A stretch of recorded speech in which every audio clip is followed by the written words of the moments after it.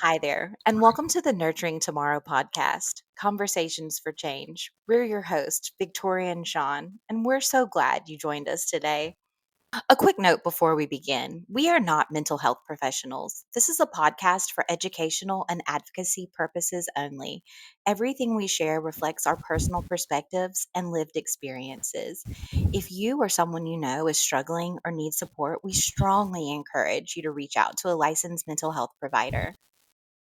Let's Yeah, give the listeners a little sense who we are. Let's take it back a few years ago. Uh, Tell me, what was the wild idea, hair, what have you ran with? How did we get here? What prompted you to found Nurturing Tomorrow? sure. So the Nurturing Tomorrow Foundation was always my I guess lottery idea. So I always had the idea of and I feel like most people have this conversation with like friends, significant others. Like if we won the lottery one day, and half the time those people aren't even buying lottery tickets.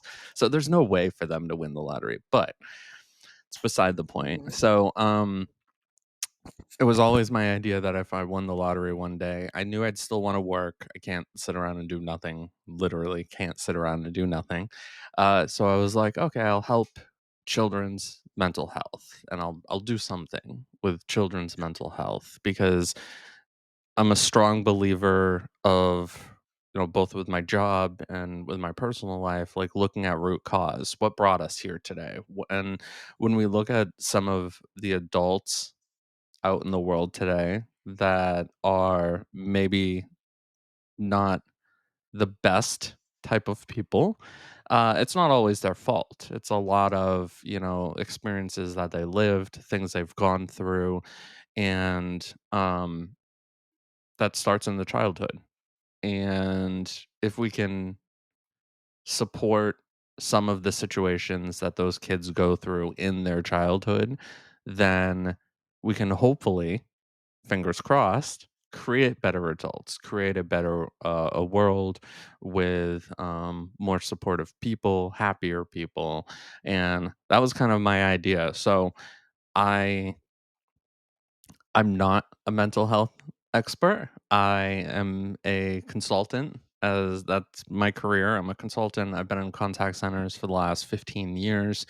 And so I try and use a lot of what I've learned in my career mixed with the mental health items that I've experienced through my life. So I was uh, diagnosed with depression at 16, anxiety shortly thereafter, ADHD, OCD, and then more recently received my autism level 1 diagnosis.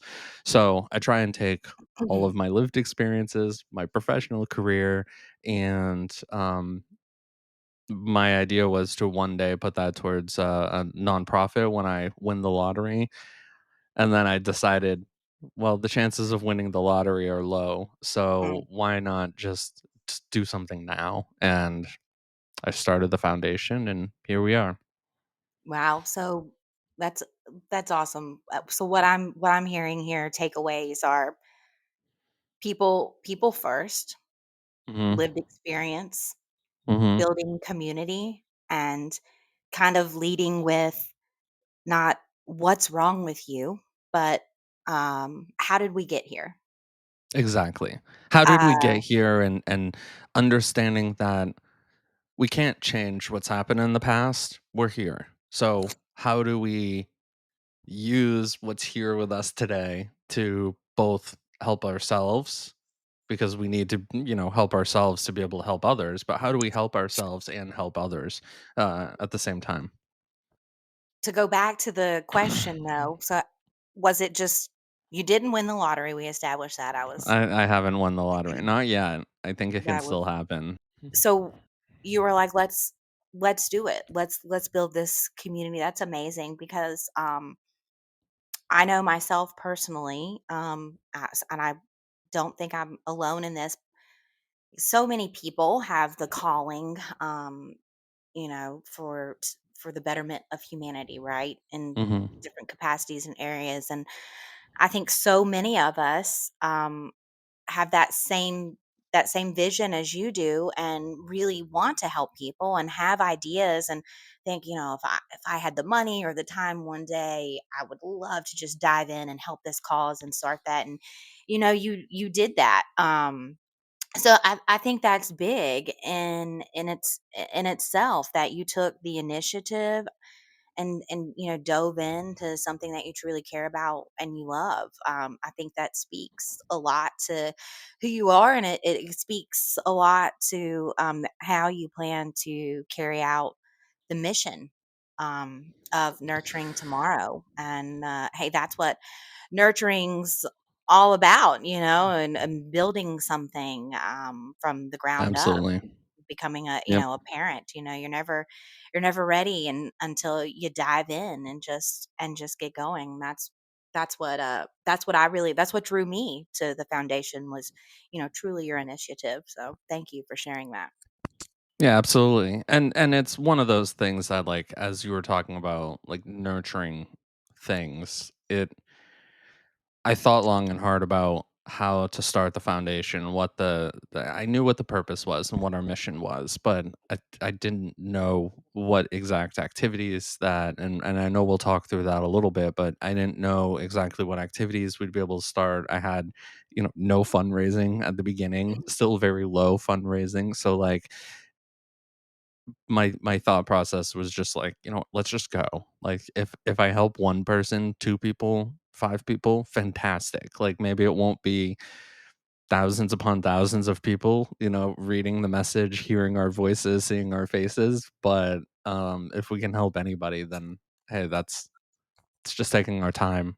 So that's a good way to use our time. Absolutely. That is how I try to lead. And Hmm. it's difficult, right, to do that in the society that we live in, especially how, I mean, even us right now, how digitally connected we are. You don't you I see a lot of, you have to really work on building human connection, Hmm. more so now, I think, than any time in that we know to human civilization. Let's switch over to you, Victoria. All So right. let's learn a little bit first about your background and your personal connection to kind of mental health advocacy.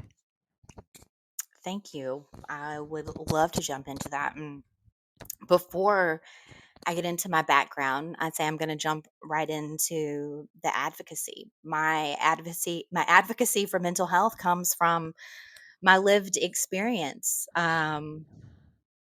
You know, we all, if we're lucky, are have a mental capacity at some sort, and health is a whole mind body connection, right? So I think for I can't wait for the day that the stigma is truly taken away from focusing on mental health, because I think so many of us don't think about mental health until there's real problems there, Hmm. right? And so let's go ahead and say, my advocacy comes from lived experience, right? I know what it feels like to be 11 years old and feel down and destitute and helpless, and that the world is, a sad, dreary place. And to feel that way at 11, looking back on that as an adult, man, that's, it pulls at the heartstrings for sure, because something that I didn't understand then, and it was something that I really, at that point in life, didn't have the means or the capacity to speak about it. And when I did, I think this really speaks to the times and to my age without revealing that, but it was more so than, well, you shouldn't feel that way. You have everything you need in the world. You are loved, you are fed, you are cared for, all your basic needs. And at the time, I'm sure that advice coming from, family, adults, friends in life, I'm sure that came from a good place. But man, to tell that to someone who's really struggling to find inner peace, that just hits in all the wrong ways. It makes you think, like, you know what? You're right. I do You're have right, all this I'm stuff, so wrong. there is something wrong with me. I shouldn't feel this way, but there were never any solutions or options for me at that point. I had bad therapists when I was a kid. They put me on the wrong medication. But Uh, medication, if we touch on that quickly, like, I'm fortunate to have a really good health provider, and he's said it to me a lot in the years that I've seen him, where medication's only a part of it. And unfortunately, he says that because I know I've been to doctors before, psychiatrists before, that are like, here's your concoction of medication that's going to keep you numb enough to the world that you're not going to be depressed. You're not going to be happy either. You're really just going to be there as a living thing, barely. And I'm so happy that my normal provider has always talked about, like, medication's only a part of it. Like, I can give you something to help with, XYZ, but you really need to be doing these other things as well. You need to be taking care of your body. You need to be, going to talk to a therapist to, talk through these things and figure out how to cope. So, um, but you're right. When we were younger, and I'd say even now, there are still doctors that are just, here's some medication. Good luck. Have a nice day. That'll be oh, $25. yeah, especially in the world that we live in with, the online, like you could go in, I remember when I was 19, it was no easy process to get a diagnosis. It was, you waited months for the appointment, you saw multiple people, you were there for 6 hours or so doing different types Mhm. of testing. And now you can go online. My passion for mental health comes from my own lived experience, right? We we all, hopefully, if we're lucky, have a brain, have a mental, system that we've got going on, a cognitive, cognitively functioning brain, right? And exercise and fitness, I think we all know now to some degree, to some level, is extremely important, right? Moving your Yep. body. So I think we'd all be remiss to not think that exercising your mind is not the same thing. If, you know, turning a blind eye to mental health because you yourself may not think that you struggle, um, doesn't, you know, doesn't mean mental health isn't just for those who have a problem, right? I mean, of course, there is a good majority of us out there that we're not going to go get those wellness checkups. We're only going to go to Mhm. the doctor unless there's something wrong. But Yep. imagine a world if we did, if we all were more focused on, those fine tunes. It's like people are crazy about, well, people are crazy about, I guess this is only me personally, people are crazy about changing the oil, keeping up with their car maintenance, right? Well, why wouldn't we want to periodically like fine tune our mind, Mhm. so I think even if you personally don't think that you have struggled or know, or, with your own I think mental health is important for all of us, right? And I started noticing shifts in mine at a very early age, and didn't understand why.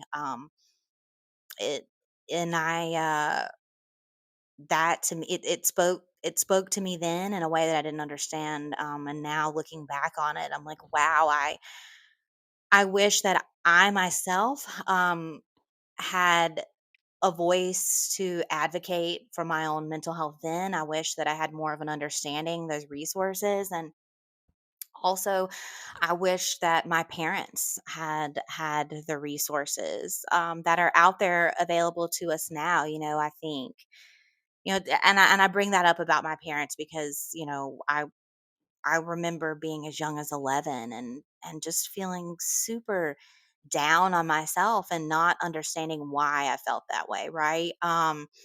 And my parents, I think, like, with the resources that they had and with what they knew at the time, did the best that they could for me. I did see a few therapists, and we can get into that at some point. None that stuck then. But I think that speaks to the times as well. It's we have a lot more resources available to us now than we did 20 plus years ago. Yeah, and Uh, if you think back like that long ago, it's kind of similar with me. Like my mom did the best she could, and I feel very confident that my mom did the best she could with the resources that she had available. But like I was I was going through it as a kid, as a teenager, still as an adult, and my mom was working full time and doing as much as she could. And now, if we think through, if we kind of took if I was that young now with all the tools that are available today, it's like if we can use the internet, if we can use technology, if we can use, to your point, everything else that is available to us today to help my mother of today, then um, that's a great thing. So yeah, I Absolutely. And I think that speaks back to, really, I think that what we were sort of talking about earlier is being trauma informed. mhm, And I think truly the root of, trauma informed. And I think, people hear the word trauma and they're like, ooh, and trauma comes in all forms, shapes, yeah, and sizes and measures, right? yeah, It does not have to be a catastrophic world event for someone to be traumatized. mhm, And I think, you know, that that needs to be said and understood over and over again. And, being trauma informed really just means looking at an individual in an isolated situation or whatever situation you're in, and not looking at this person or this and thinking, what is wrong with you? It's approaching that situation with curiosity and being like, man, like, how did we get here? mhm, And not to and sound like a cliche, but hurt people, right? And as someone growing up, I remember feeling so hurt. Um, and I do remember at times, being the hurt person. And eventually, in some way, shape, or form, that comes back out yeah, in some way. And I know that, I've hurt e- other people, and that stings. Because I didn't have the tools or the know-how, or really an understanding of just being younger. Or just being a young person and going mhm, through it. It's been a long time since I've been a kid, right? Like I said, 20 plus years, but it there's still those memories, those core memories that stick out. And you have this, at the age of adolescence, you get to this point where, you understand the ways of the world, but you're just like, you're not there developmentally, right? And I think that we need to really tap into that, because mhm, also, like we're talking about right now, we have so many resources and we need to really focus on using those resources for good.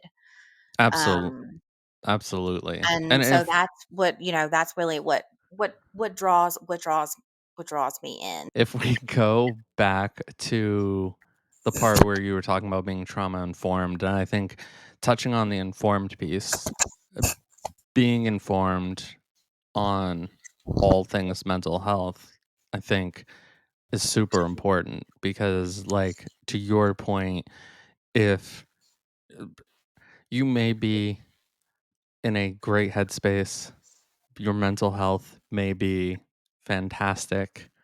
I envy those people. I envy those people, but they're going to have people in their lives, and almost certainly they will have one person in their lives at minimum.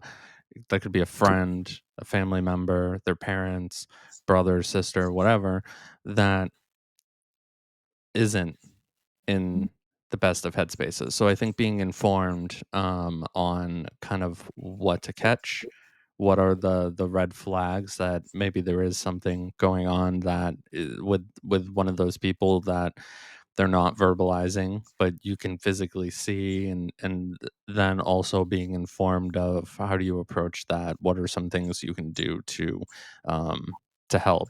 So I agree with you.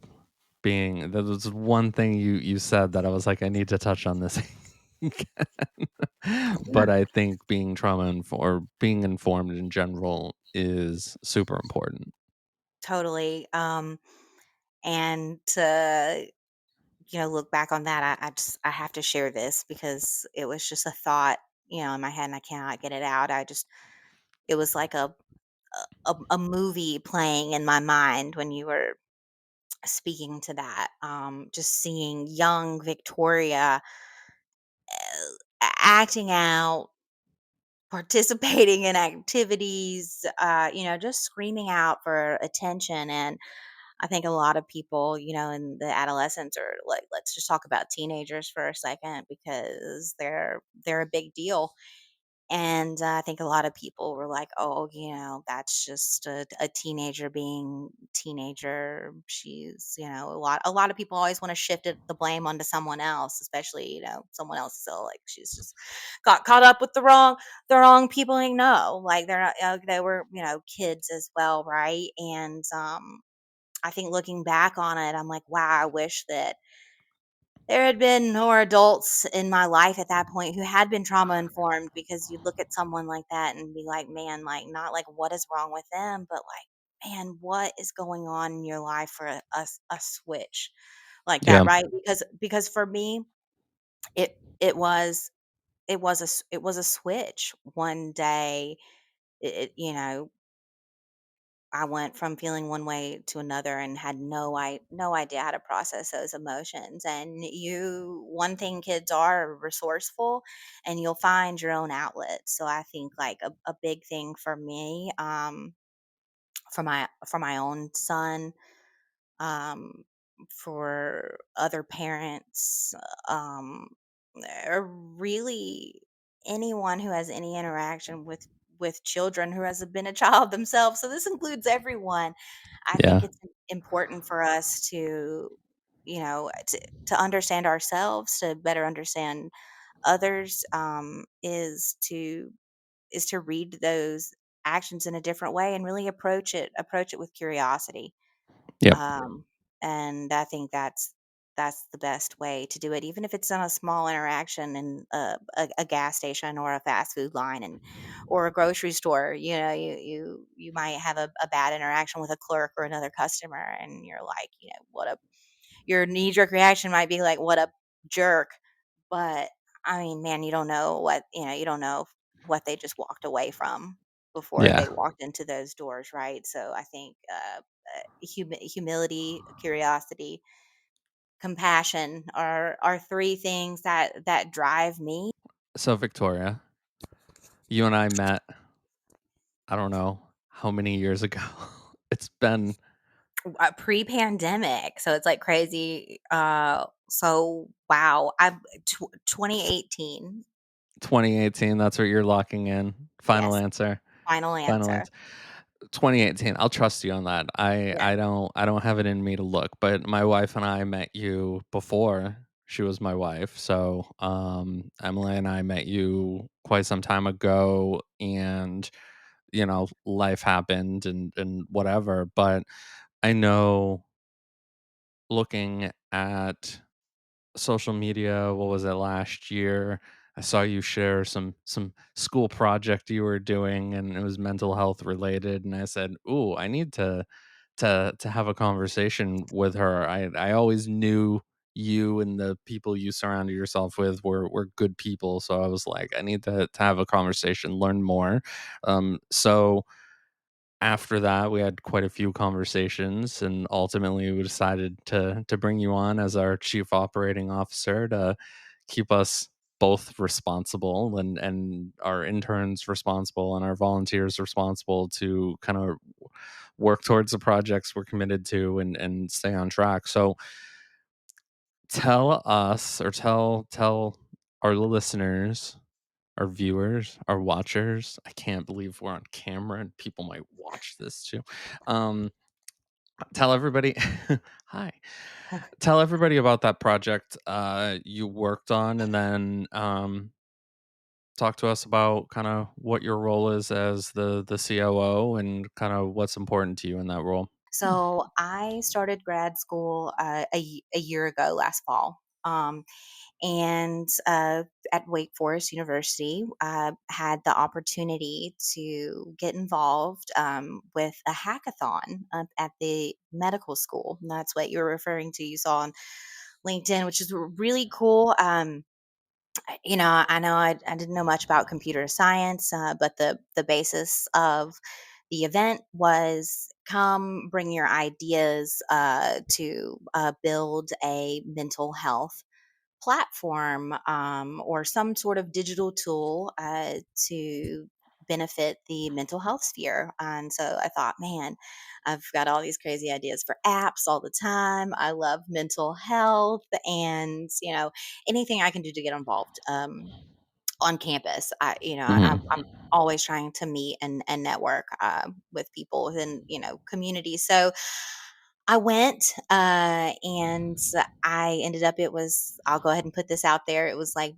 being on the kickball court and being last picked. Like I said, I was not a computer science engineer, nor were the 2 other people that I were partnered with, but, we all 3 had different backgrounds. We came together, and our concept was to build, a digital space for specifically for neurodivergent children and youth diagnosed with autism to meet with their therapist in a virtual reality space. The name of our concept is called TheraVoyage. And in this concept, we start off with a prototype that would be in a clinical setting. We also were coming up with a concept for some goggles that would be more geared towards sensory, sensory focused. Hmm. So in with TheraVoyage, our primary goal was to give children and therapists a place to connect. It makes no difference whether you're neurotypical or neurodivergent. Hmm. Meeting with a therapist can be grueling for people. It takes a Absolutely. very long time to establish a connection like that, right? And to feel comfortable. So, although our focus was geared towards neurodivergency, I mean, a platform like this could help many people connect. So the basis of it was, you choose an avatar, whatever makes you comfortable. If your avatar is to be an armchair and you would like the therapist to be an ottoman, cool. We've got that. We've got that capability for you. It's whatever is going to make you feel comfortable, right? And within reason, if there's all different kinds of exposure therapy, we really got excited about the concept. But again, we kind of forgot that it was a contest and that there was a prize at the end. We were just 3 people getting together having a blast. It was something that we were all passionate about. I could tell And by your posts. I remember at the your posts you were making at that time. I was like, she is psyched about this. Absolutely. It truly was a marriage of all 3 of our ideas, and something that we really saw a need for, right? Especially what we were really considering were, rural communities, where you don't have, there aren't the options to meet, that you don't with therapists, we were thinking long term. Mhm. Once this technology is a little more advanced, and it's sort of like how our phone, everyone's got our tiny computer in our hand. Once VR is more accessible, this can reach out of a clinical setting. Absolutely. This goes bigger than the office, right? So I think that that's what our goal was, and I think that the big thing there was this was all something that the three of us were very passionate about, so we pushed the idea forward. This is not something that was graded, it was something that we wanted to do.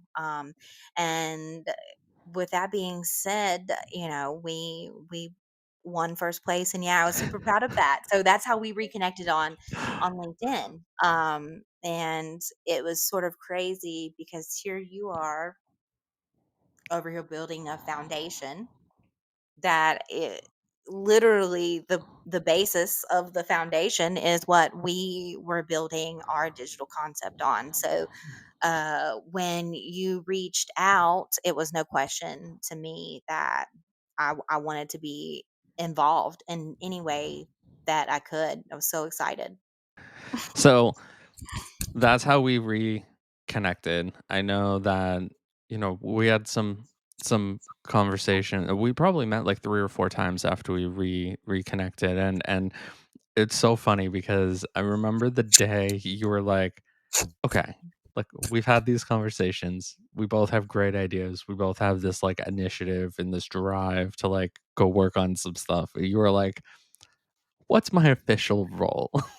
And it was so funny because I already knew what your official role was going to be. Like I already made that decision. I just hadn't told you yet. And I was like, I knew, and it worked perfect because you were in school for project management, and as you and I have talked about plenty of times now, it's like you and I both have a billion ideas, and it's difficult in this ever-changing world of technology, and mental health is in a really kind of funky space right now with what's being focused on, what's not being focused on, what's kind of um, okay to talk about, what's not okay to talk about, and so things are changing so quickly. And I was like, I knew I needed help, but at the same time, I have a specific vision for the foundation or some aspects of the foundation.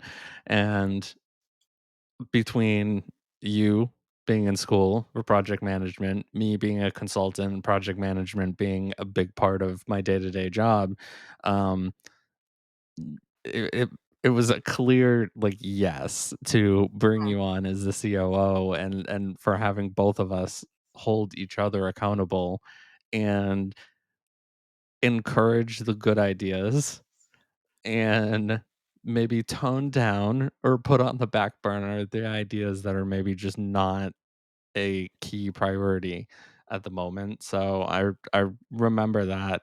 Um, so what are some of the things, as it's been what, a couple months now, maybe? Mhm. What are some things that as COO you're excited about? Truly, the most exciting thing about being COO, and I hope this does not come off cheesy because I mean it, but it's connecting with others, Yeah. and meeting other people through the foundation and through our initiative, because even in the short conversations that I've got to have with people, who have either seen something they may not have, we may not have even got any likes on the post online, but they've maybe seen me in person, and they come up to me and they're like, "Wow, I saw what you're doing," and then it gives people a vehicle to share and to open up about themselves, which and I think, it also speaks to what you said. If you can just like impact one person, you know, you you may not get, I think that right now in a digital age that we're in, we gauge and we measure a lot of things like by engagement, like share, comment. Mhm. Um, but it's crazy because the conversations that I've had with people who are most excited about what we were doing, they didn't like, share, or comment on the post, but they saw it online, right? So, you know, you don't know the impact that you're going to make, and I am just so excited to meet other be connected with other people who are as motivated and connected to the mission of destigmatizing and creating a safe space for mental health and to have these conversations. It's funny because when you first suggested a podcast, like, I've never been huge into podcasts. It's not an idea I would have had myself, but I know podcasts are, a lot of people have the time in the car or just working out or whatever to listen to a podcast, and you brought it up, and I was like, "That's an interesting idea," and I think we talked about it probably a couple times before, I was like, "Okay, let's go." Um, but very similar to what you just said, coming out of that when we've posted, our LinkedIn posts or Facebook posts or whatever, like, I've connected with so many new people on LinkedIn. I've had conversations with people.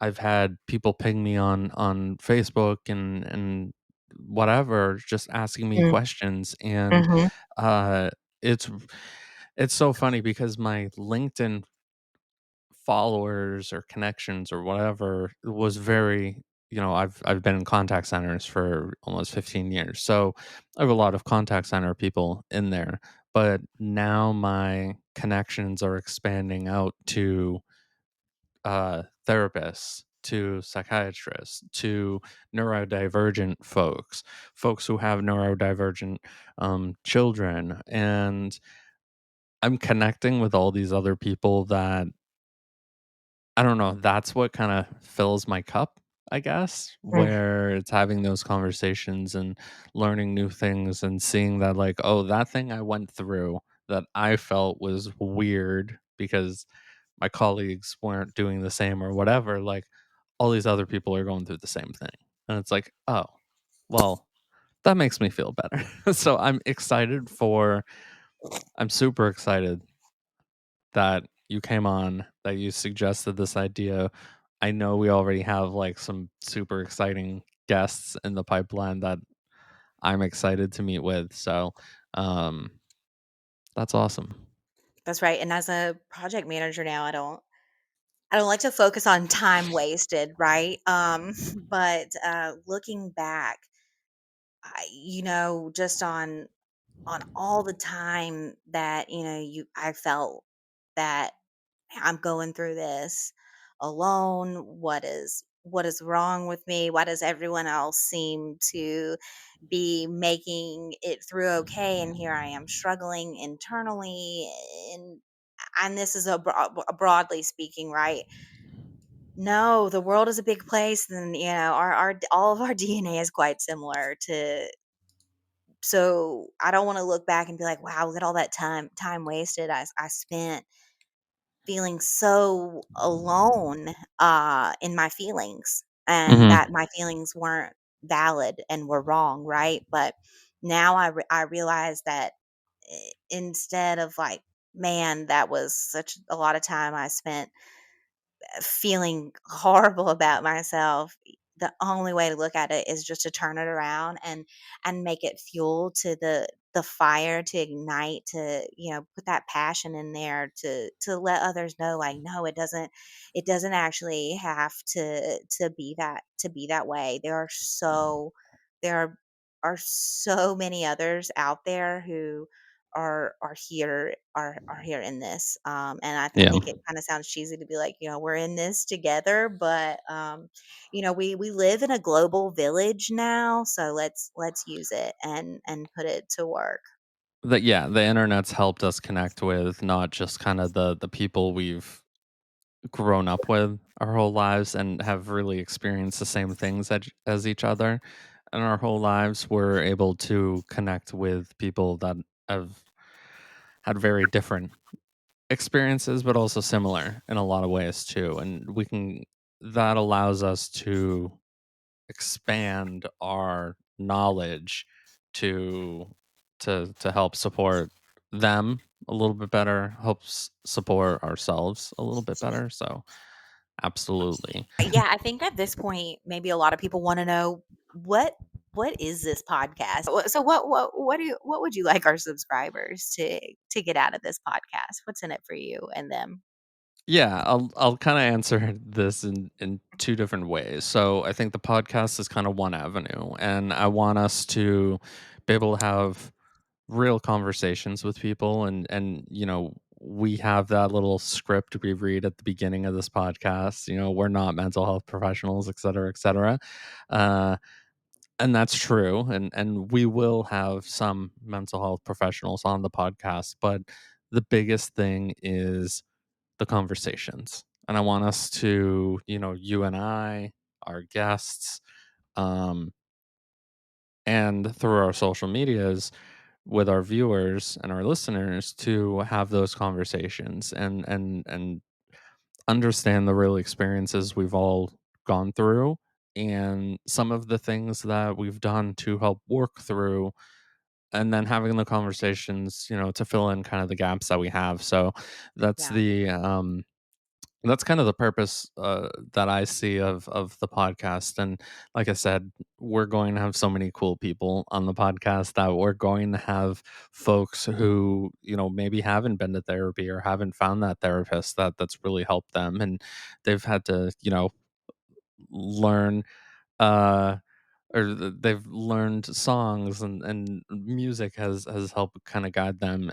So we'll have some of that, and then we'll also have those therapists who you know will hear why they got into that career and some of the personal uh items that have happened to them that have contributed to that decision, or things with their children. And so I'm really excited about that, and then I'm excited how we can expand that conversation and have our listeners go to the website and read our different blog articles that we're posting on a weekly basis. And I hope one day we have a bigger newsletter, and we've talked a lot about handouts that Mm. parents and kids can print out and have on their fridge to remind themselves of some activities that they can take to kind of fill in those dark moments with some light, or activities that they can do when they're bored and their mind's racing and they need something to help slow them down. So I'm really excited that this can be one avenue to expand on all those other things that we're either doing already or looking to do. I love it because I think one big takeaway for me is that there are so many online communities, platforms, ways to be involved already out there, right? But with that comes so much noise. And so I think knowing that the Nurturing Tomorrow Foundation, this podcast in particular, um, truly is a place where you can come and,